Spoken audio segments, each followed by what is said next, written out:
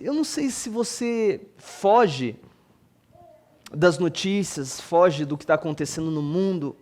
Dá vontade de fugir, né? Eu entendo. Se você falar assim, André, eu ouço de guerra, eu já mudo de canal, eu passo o Instagram, eu não quero saber assim. Eu ouço de pandemia de novo. Começou esse negócio de número de Covid de novo. Eu já falei, não quero saber disso não, vamos mudar de assunto. Não quero, chega, essa parte a gente já virou, né? Eu não sei você, mas eu tenho essa vontade, uma vontade de me alienar gigante. Então, se você está junto comigo, não estamos sozinhos. Mas só que, de fato, assim, embora essa vontade venha, ela é muito semelhante àquela coisa de dormir para os problemas dar a impressão que eles vão acabar, sabe? Vocês devem conhecer alguém assim, não vocês, né? Nem eu. Alguém, sabe? Dorme, daí assim na imaginação, ou põe uma série, ou tem gente que bebe, usa remédio, droga, porque acha que vai acabar os problemas. Só que de repente a vida volta. E volta com toda a sua cara, nem sempre tão sorridente para a gente. E a gente está num mundo assim, que você está tendo chance e mais chance de perceber assim, olha, tem uma coisa errada nesse mundo. Tem uma coisa errada.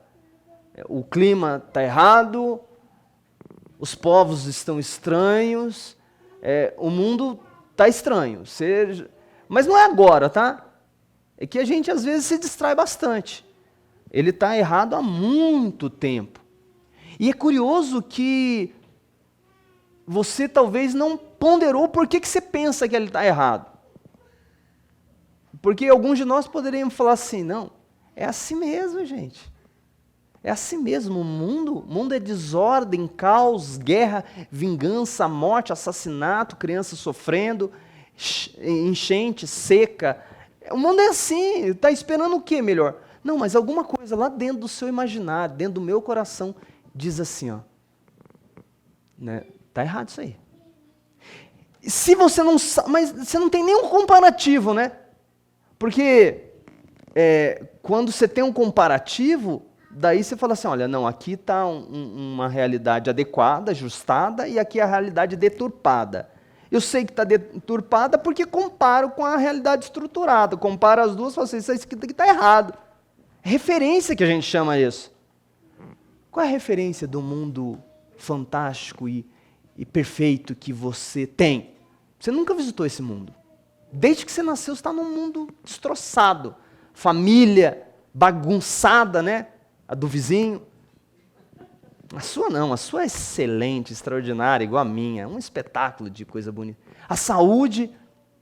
E assim vai. Que mundo é esse? Gente, esse mundo dá muitos recados para a gente. Dá muitos recados. Ele dá um recado impactante. A vida passa. Passa. Teve um vento e um temporal aí que veio para o Rio Grande do Sul, passou em Santa Catarina. Eu estava em São Paulo agora por esses 2 últimos dias. E a hora que eu via a notícia, eu falei assim, não, isso aqui é Santa Catarina. De repente, não, era São Paulo. E eu em São Paulo, eu falei, chegando, né? Tá chegando. E de repente a notícia de que uma árvore cai e acerta um carro, e as pessoas no carro não tiveram chance de escapar. Aí você fala assim, uau, que mundo perigoso, né?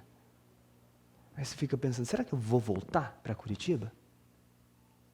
Aí voltando, a hora que a gente chega na entrada, eu já tá quase, ainda não cheguei, mas estou quase chegando. Aí bem na entrada, onde faz aquela saída que vai para Floripa e entra para Curitiba, um carro voou de algum inexplicável acidente, ele caiu de lado numa coluna, daquelas colunas que protege, e ele ficou travado assim de lado. Pela quantidade de bombeiros e ambulância, a coisa foi trágica.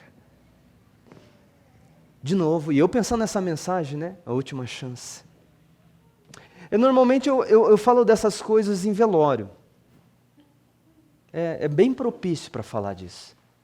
Mas se você voltar hoje e assistir qualquer reportagem assim mais sensata, com um olhar mais atento para a vida, você vai perceber assim que hoje possivelmente foi a última chance de muita gente. De muita gente. Não sei se será a nossa. Ai, que medo. Eu acho que a gente devia viver mais com esse medo. Eu acho que pensar sobre isso ajuda a gente a ponderar coisas assim mais sensatas. E por isso quero convidar você à leitura de um texto das Escrituras, que pode dar chance da gente pensar em algumas coisas mais acertadas sobre essa angústia de ser a última chance. De quem sabe é a última chance. O que fazer se for a última chance? O que fazer se não nos restar mais tempo? Essa é uma carta, a menor carta que foi escrita pelo apóstolo Paulo, a menor carta do Novo Testamento, e ela fala de um assunto bem delicado. Paulo, prisioneiro de Cristo Jesus, e o irmão Timóteo, ao amado Filemão, que é também nosso colaborador. A igreja que se reúne em sua casa é a irmã Áfia e a Arquipo, nosso companheiro de lutas. Que a graça e a paz do nosso Deus, nosso Pai e do Senhor Jesus Cristo esteja com vocês. Eu dou graça ao meu Deus, lembrando sempre de você nas minhas orações, porque eu tenho ouvido falar da fé que você tem no Senhor Jesus e do seu amor por todos os santos. Eu oro para que a comunhão da sua fé se torne eficaz no pleno conhecimento de todo o bem que há em nós para com Cristo. Pois, irmão, o seu amor me trouxe grande alegria e consolo, visto que o coração dos santos tem sido reanimado por você.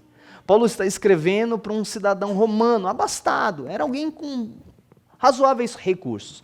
Possivelmente ele foi convertido por conta da pregação de Paulo em Éfeso, mas agora ele estava na cidade de Colossos e, curiosamente, era um líder que pastoreava a igreja de Deus, a igreja que estava na cidade de Colossos, e ele tem chance ali de pastorear aquelas pessoas. E Paulo encaminha uma epístola para ele, e agora fala do amor, deseja graça, celebra as coisas que estão acontecendo, e agora ele vai ao assunto primordial da carta.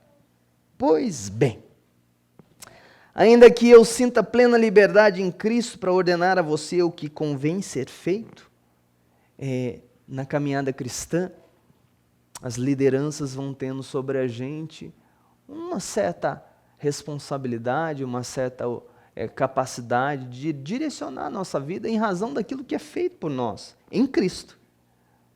Eu prefiro, no entanto, pedir em nome do amor, sendo o que sou, Paulo, o velho. E agora também prisioneiro de Cristo Jesus. Paulo tinha muita moral para orientar esse homem.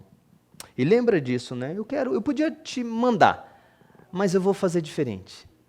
Eu vou te pedir. Eu vou te pedir por causa daquilo que eu tenho feito por Cristo, sou um prisioneiro por conta do Evangelho. Eu faço um pedido que, em favor do meu filho Onésimo, agora aparece alguém diferente na história, que gerei entre algemas. Antes ele era inútil para você, atualmente, porém, é útil para mim, para você, é útil para você e para mim. Eu estou mandando de volta a você, ele, quero dizer, o meu próprio coração. Eu queria conservá-lo comigo para que ele me servisse em seu lugar nas algemas que carrego por causa do Evangelho. Mas não quis fazer nada sem o seu consentimento, para que a sua bondade não venha a ser como que uma obrigação, mas algo que é feito de livre vontade. Talvez ele tenha sido afastado de você temporariamente, a fim de que você o receba para sempre. Não como escravo, mas muito mais do que escravo, como um irmão caríssimo, especialmente de mim, e com maior razão de você, quer como ser humano, quer como irmão no Senhor. Portanto, se você me considera companheiro, receba-o como receberia a mim. E se ele causou algum dano a você ou lhe deve alguma coisa, ponha tudo na minha conta. Eu, Paulo, de próprio punho, escrevo isto, eu pagarei. É claro que não preciso dizer que você me deve a própria vida. Sim, irmão, que eu receba de você no Senhor este benefício. Reanime o meu coração em Cristo. Certo como eu estou de sua obediência, eu escrevo a você sabendo que fará mais do que estou pedindo. E, ao mesmo tempo, prepare-me também pousada, pois espero que, por meio das orações de vocês, eu lhes seja restituído. Epáfras, prisioneiro comigo em Cristo Jesus. Marcos, Aristarcos, Demos e Lucas, meus colaboradores, mandam saudações a você. A graça do Senhor Jesus Cristo esteja com o espírito de todos vocês. Gente, o que o apóstolo Paulo está fazendo? Ele, pela carta, você consegue conceber algumas coisas. Paulo está preso por conta de pregar o evangelho, ele foi conduzido a isso por inveja dos judeus e apelou a ir para César e foi para Roma. E agora lá em Roma, na sua prisão, ele teve chance de anunciar o evangelho e partilhar com as pessoas as boas notícias. E a gente não sabe como, um sujeito chamado Onésimo foi parar lá na cela e teve contato com Paulo. E Paulo contou para ele a boa notícia. Você já ouviu a boa notícia? Que boa notícia, André? A boa notícia é que Deus não está brigado com a gente. A boa notícia, quando você fala assim, a boa notícia do Evangelho, o que é a boa notícia do Evangelho? A boa notícia do Evangelho é que Deus não está de mal com a gente.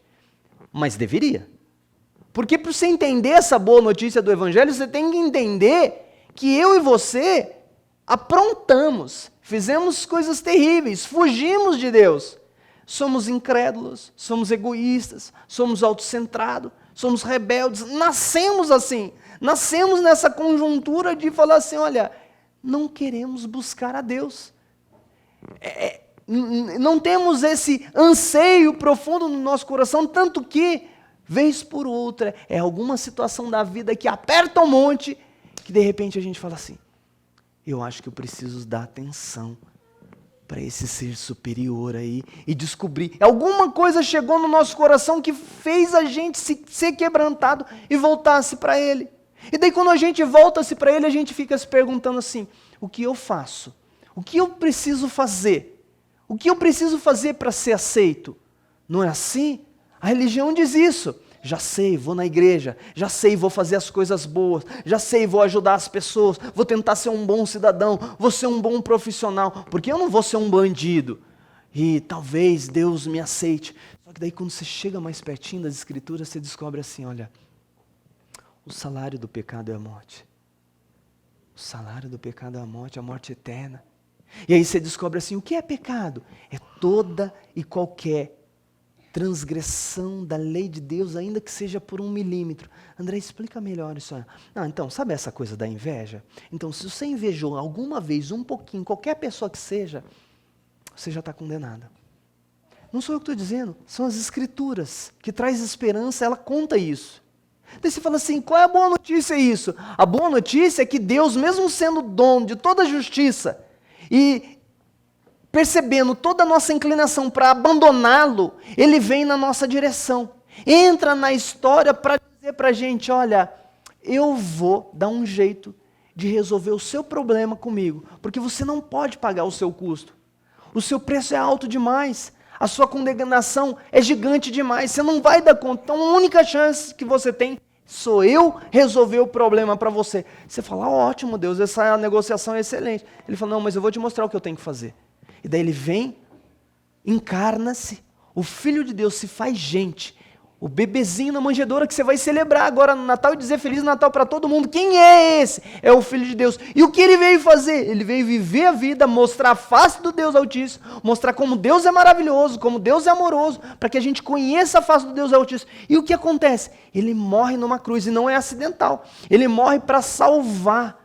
Ele morre para assumir o meu e o seu lugar. Ele morre para dizer assim, olha, o Deus amoroso quer levar você de volta para a casa do Pai. E o único jeito é alguém morrendo no seu lugar. Ele morre, mas por ser verdade tudo que ele fez, e por ele não ter pecado, ele ressuscita ao 3º dia. Essa é a boa notícia. E Paulo contou toda essa boa notícia para Onésimo, e o Onésimo falou assim, então o que eu faço agora? Que é bom que você chegue uma hora nessa pergunta, o que eu faço diante dessa realidade? Você creia e se renda aos pés de Jesus.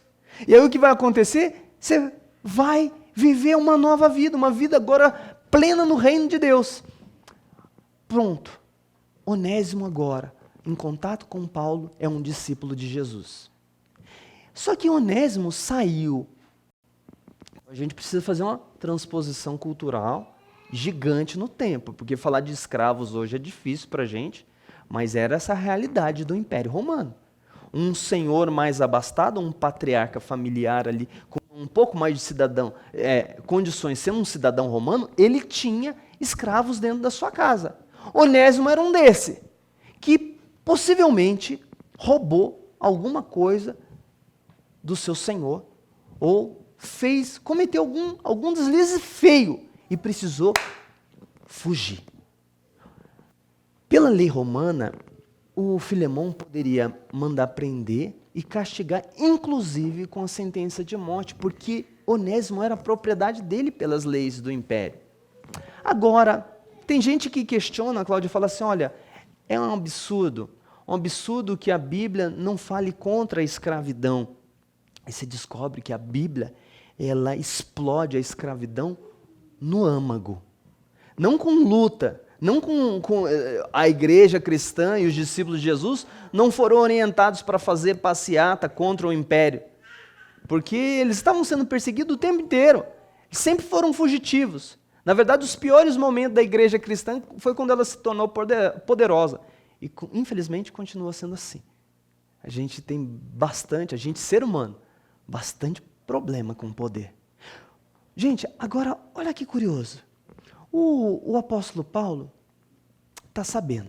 E chega e começa a conversar com Onésimo. Onésimo, mas conta a sua vida para mim, né? Coisas que o texto não diz, mas a gente imagina. O que aconteceu? Por que você está aqui em Roma? Então, tenho que te contar, né? Eu aprontei, fiz isso, era escravo na casa do Filemão. Filemão, que Filemão? Filemão lá de Colossos. De Colossos, eu conheço um Filemão em Colossos.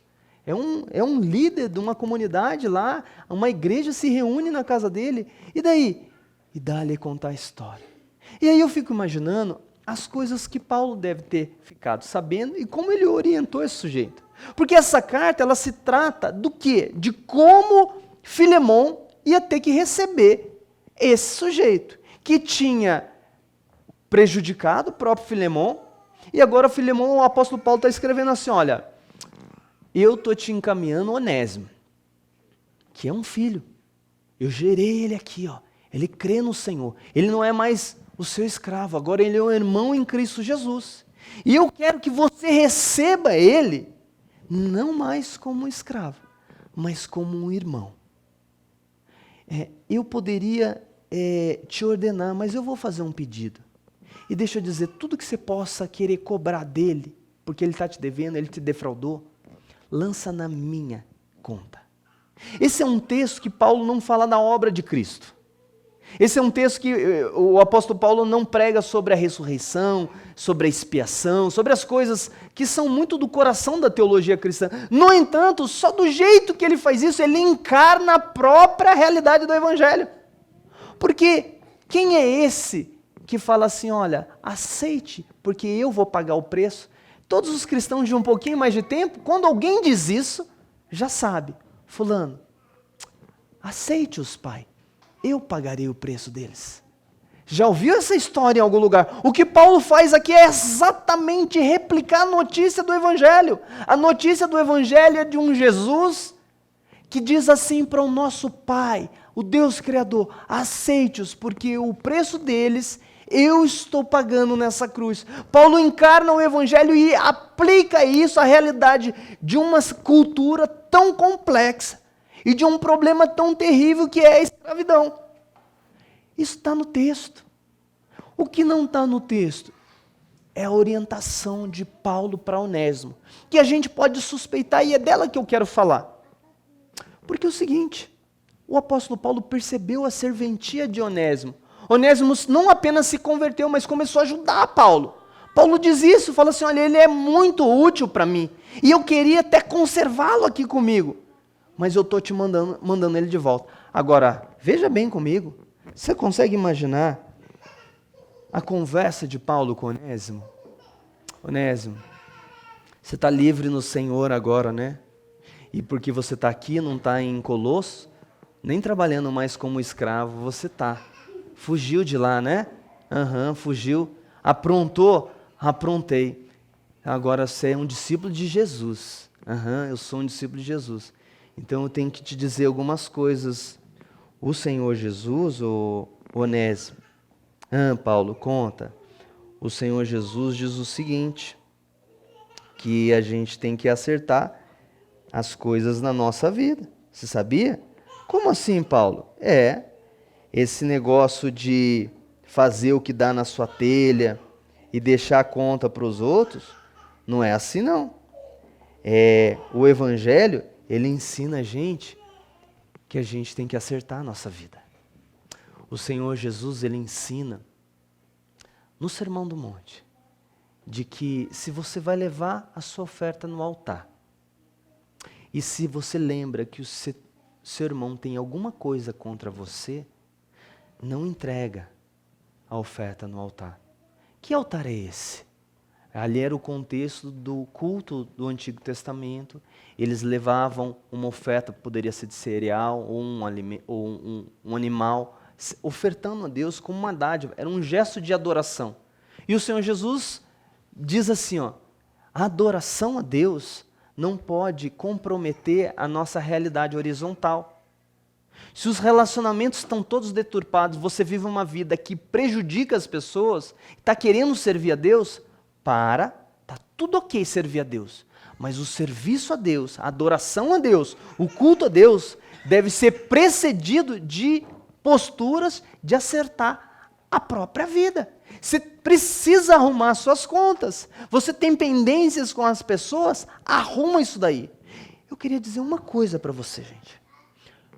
Paulo disse para Onésimo, volta, vai para Colossos e arruma a sua vida com Filemão. Você saiu de lá como um escravo fugitivo. Eu estou mandando uma carta aqui. Não sei como o Filemão vai receber. Agora eu fico perguntando, eu fico imaginando as respostas de Onésimo. Mas Paulo, é muito difícil fazer isso. E se ele não aceitar o meu pedido de desculpas? E se ele não me aceitar de volta? E se ele não levar a sério?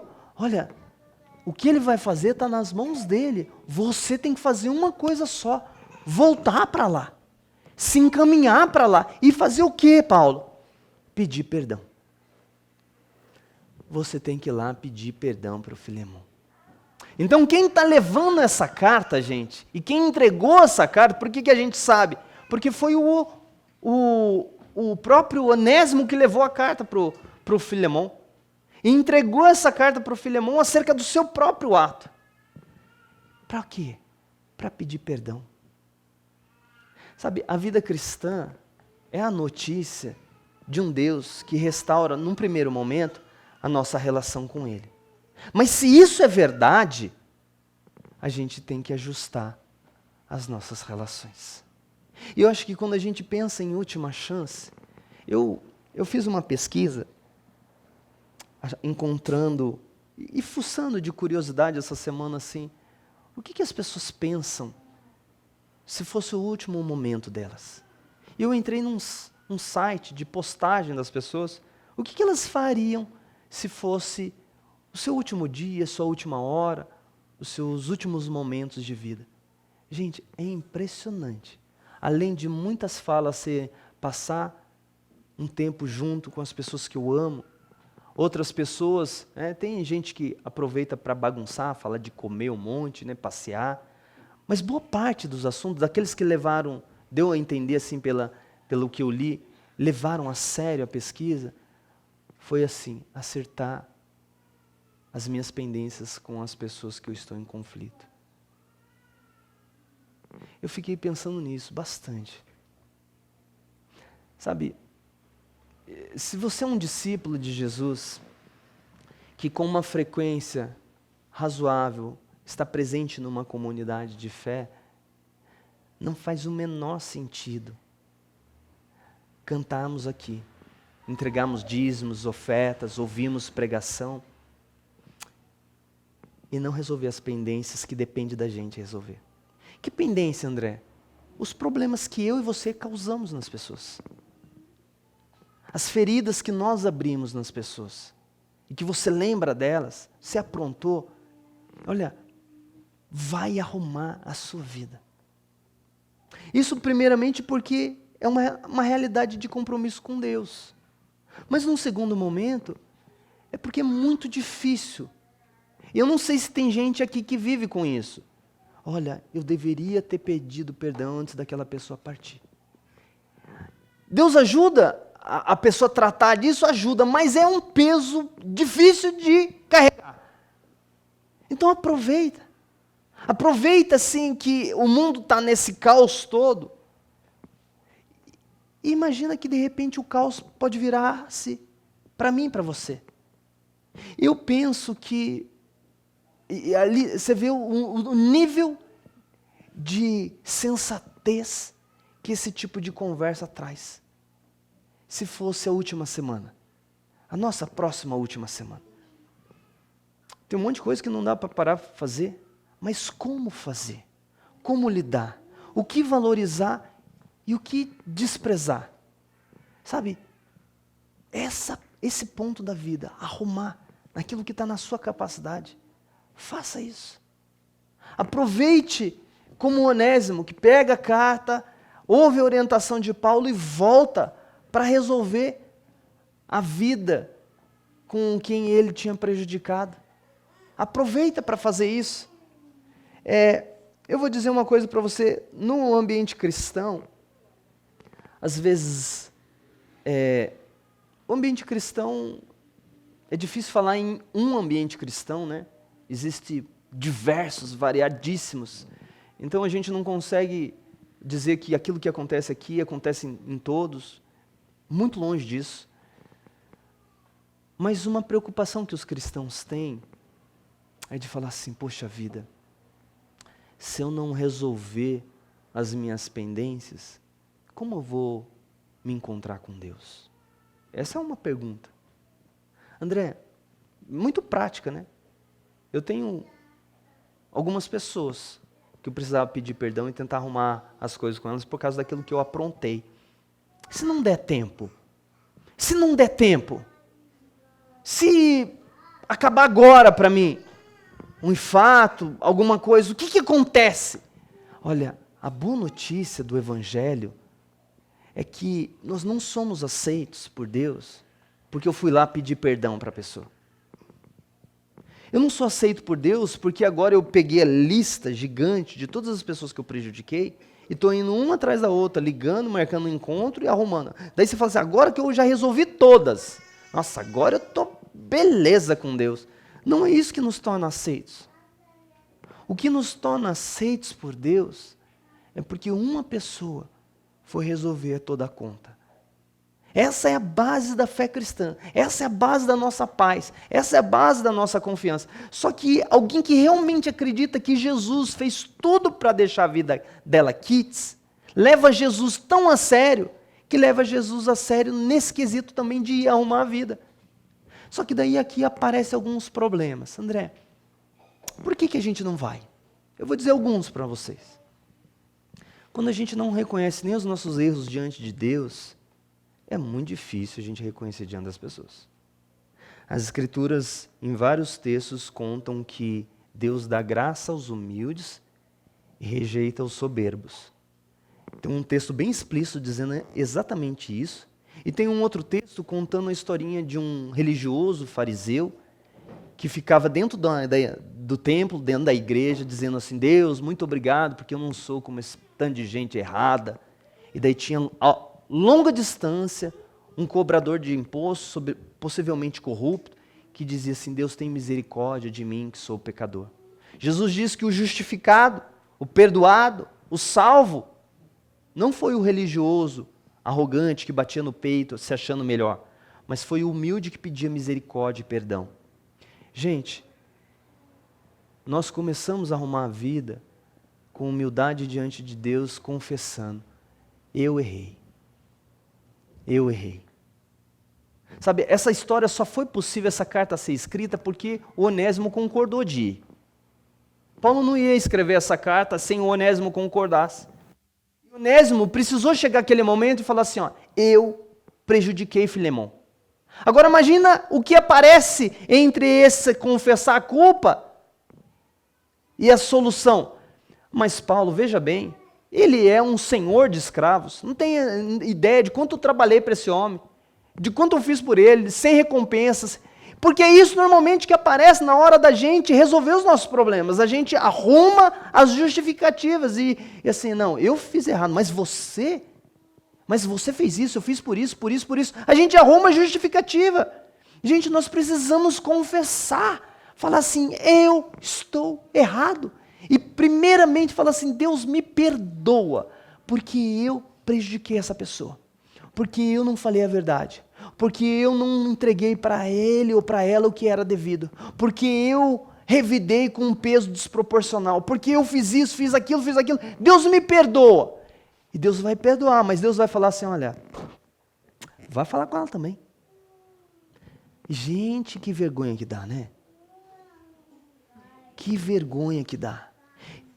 Eu lembro essa história de quando eu me converti, como foi difícil.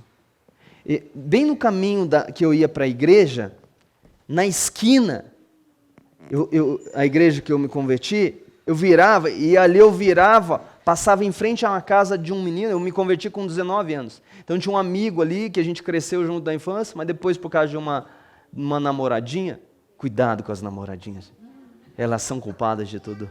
Não foi culpa minha mesmo. A gente arrumou encrenca e eu andava com uns meninos meio barra pesada e proibi ele de passar na rua da minha casa. Mas por causa dos meninos que andavam comigo, ele me respeitava, não porque eu era valentão, não. E aí, imagina, agora eu indo para a igreja, crente, de Jesus, bonitinho, assim, carregando Bíblia. Naquele tempo não tinha o celular para carregar a Bíblia, a gente carregava a Bíblia para a igreja. E de repente, passando, ouvi uma mensagem tipo essa. Falei, puxa vida, né? Vou ter que falar com o Nando o nome dele. Gente, olha, da minha casa à casa do Nando era 200 metros. Pareceu aquele dia 15 quilômetros para chegar na casa do Nando. E eu lá de... A hora que ele olha na porta assim, ele já ficou assustado, né? Oi, ô Nando, vem aqui. Sabe aquele negócio? Vou não. E ali, gente, foi muito difícil. Foi muito difícil. Porque eu fiquei pensando assim, ele não vai me aceitar, ele vai me mandar, sei lá, né?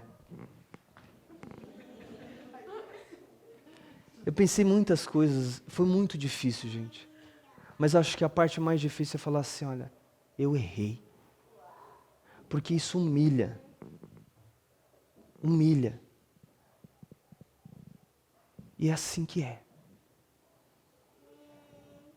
Na última chance, se for a nossa última chance, a gente vai dizer outras coisas importantes, sendo a última chance para o mês. Eu acho que tem muitas coisas, de repente o que a gente está fazendo nesse mês é só abrir uma reflexão de muitas coisas que precisam ser feitas, se caso for a nossa última chance. Mas eu vou dizer para você, se tem, ao longo de toda essa mensagem, alguém que Deus, a sua memória, a sua culpa está trazendo à tona, que você aprontou, que você prejudicou, você tem chance, não espere. Não espere passar 10 dias, não espere, não, vou sentir no coração, não, vamos ver se Deus me dá um sinal. Não entra nessas conversas. Arruma. Estando na sua capacidade, liga, manda mensagem, resolve a sua vida. Resolve a sua vida, se humilha. Fala assim, ó, eu errei, só estou te mandando essa mensagem para te pedir perdão. Eu errei, só queria falar para você, me desculpa, eu não devia ter feito o que eu fiz. Olha, gente, discípulo de Jesus não é alguém cheio de razão, não é alguém que nunca mais vai errar. Ele é conhecido por ter um coração quebrantado e humildade. E humildade não é andar, coitadinho de mim, não, isso não tem nada a ver com humildade. Humildade é reconhecer que você é muito pequeno, que você é falho, que Deus é grande e que todas as pessoas são mais importantes que a gente. Isso é uma jornada de aprendizado com aquele que soube ser humilde, com aquele que, sendo o maior de todos, se fez o servo de todos e não considerou a sua vida mais preciosa que a nossa. E a única que era preciosa de fato era a dele, mas ele considerou a nossa mais preciosa que a dele, por isso que ele deu a vida no nosso lugar. Gente, é maravilhoso pedir perdão. Foi maravilhoso depois, sabe o quê? Ver o Nando passando na rua de casa. E eu terminei com a namorada, adivinha quem que começou a namorar? O Nando. O Nando começou a namorar a Bianca. E foi bonito. Foi humilhante para mim, porque agora não era mais o menino que andava com os maloqueiros, que era destemido. Era um discípulo de Jesus que não oferecia mais risco a ninguém, perigo a ninguém. Era humilde e reconhecendo seus erros. Os Nandos da minha vida continuaram a aparecer. Não tem alguém aqui perfeito. Toda semana eu tenho que pedir perdão. A Daiane sabe disso. E é sempre difícil. É difícil pedir perdão para o Gabriel. Falar assim, filho, o papai errou. O papai está errado de ter falado assim, de ter feito assim. Mas isso é ser discípulo. Peça perdão. É bom pedir perdão. Você não tem nada para proteger. No momento que você fala assim, ó, estou errado. E você fala para Deus assim, Deus, eu estou errado. Deus te perdoa. Deus te perdoando. Você fala assim, você é livre agora. Você é livre. E se a pessoa não perdoar? Aí está com ela. Está com ela, você fez a sua parte. Gente, a gente às vezes quer uma mudança muito gigante na vida. Que aconteça as coisas mirabolantes. E os grandes milagres acontecem assim, muito sutil. Com corações transformados que vão aí, na vida difícil, cheia de luta, viver aquilo que Jesus chama para viver. Eu quero orar pela sua vida. E eu vou fazer um desafio com você. Pode fechar seus olhos? Se você foi tocado por essa mensagem, Deus falou com você, e você precisa de ajuda de Deus para resolver algumas pendências nessa semana com pessoas, eu quero orar com você.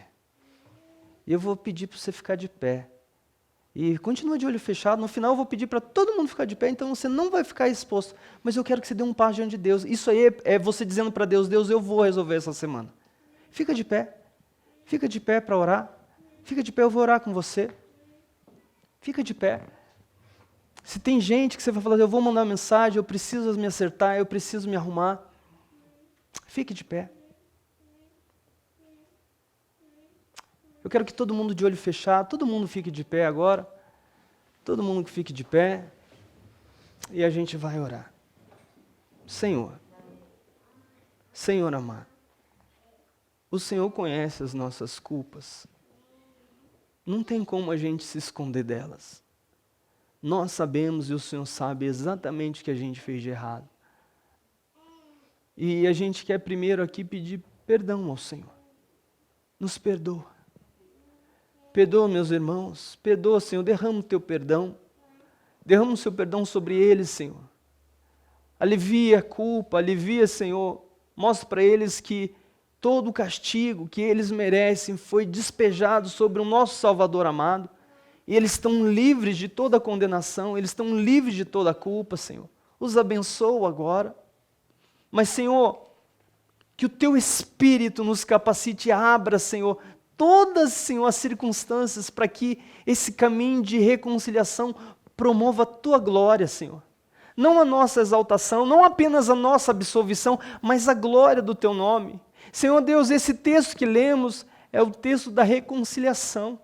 De um senhor de escravo, crente, e de um escravo agora convertido, que agora não era mais senhor e escravo, agora eram irmãos no Senhor. Meu Deus, é isso que a Tua reconciliação concede. Então, meu pedido, Deus, é que essas histórias de irmãos e irmãs queridas que se levantaram, Deus, que o Senhor promova a reconciliação e que restaurações ao longo dessa semana ocorram para a Tua glória e majestade. Obrigado, Senhor. Obrigado por essa palavra. Deus, nós não sabemos se essa aqui é a nossa última chance, mas uma coisa eu quero, e eu acho que todos aqui querem, é permanecer em Tua presença. E oferecer para quem está perto o amor do Senhor, a graça do Senhor e a esperança que o Senhor dá. Oramos assim, no nome santo de Jesus Cristo. Amém. Que o grande amor de Deus, a graça de Jesus e a doce presença do Espírito Santo seja com todo discípulo de Jesus, hoje e sempre. Amém.